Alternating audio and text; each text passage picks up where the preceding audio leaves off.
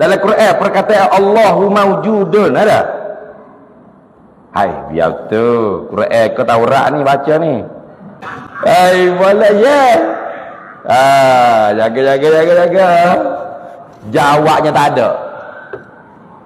Tak ada. Jangan bohong lah, tak ada. Dalam Quran lah, hadis tak ada raka. Pergi cari sunnah sitah. Nah, hadis Nabi kata Allahu maujudun. Bermula Allah itu ilah yang ada. Pergi cari. Ada tak? Tak ada. Quran pun tak ada. Bagi saya kata itu Quran ke Taurat. Takut salah lagi baca Taurat ke? Taurat ke Injil? Ada?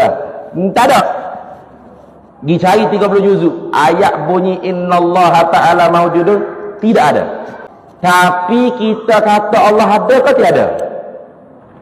Allah ada ke tidak ada? Allah ada. Kalau kita faham dalil ni mesti kena sebut tokoh, tambung. Innallaha ta'ala maujud. Jawabnya dalil Allah ada tak ada?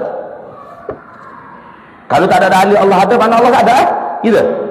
Dia tak ada dalam Quran, tak ada ni. Awak carilah. Saya bagi peluang siapa bulan depan. Siapa tahun depan. Jangan main. Tahun depan. Untuk cari satu ayat bulan tahun depan, saya mari, saya tak sedengar, tak ingat ayat. Kalau betul ada, sebut surah berapa, ayat ke berapa. Kalau hadis riwayat siapa, hadis nombor berapa, Bukhari, Muslim, Abu Daud, Tirmizi, Nasa'i, Sunnah Sittah. Darjatnya sahih ke, hasan ke, dhaif ke. Kalau rasa tak puas hati, yo kau tak ada. Takut ada ke? Cari. Dong tak cari belakang ke? Saya tak perlu cari. Saya ikut ulama je. Sawak beri, saya nak pergi duduk nerak daripada almari, berbuka habis cari seka-seka dah. Ulama sebut dah.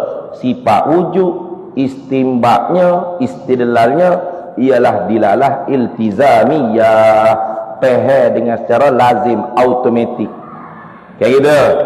Bila Allah Ta'ala kata Allahul ladzi khalaqa sab'a samawatin tibaqa, contoh Allahul ladzi khalaqa sab'a samawatin wa minal ardi mislahun.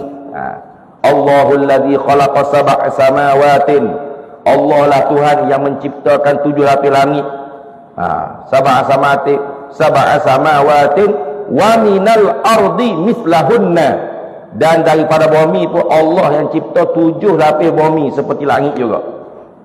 Bila Allah Ta'ala cerita dia yang buat langit bumi, dia yang buat makhluk. Allahu khalaqakum wa ma ta'malun. Allah yang buat kamu dan apa yang kamu amal, apa yang kamu usaha. Bermakna dia ada tak? Dia ada tak? Dia ada tak? Dia kata dia buat ke? Dia ada tak? Oh ada. Tak ada kena cerita dia ada. Dia kata dia buat langit bumi, dia ada. Itu dia panggil faham dengan secara lazim.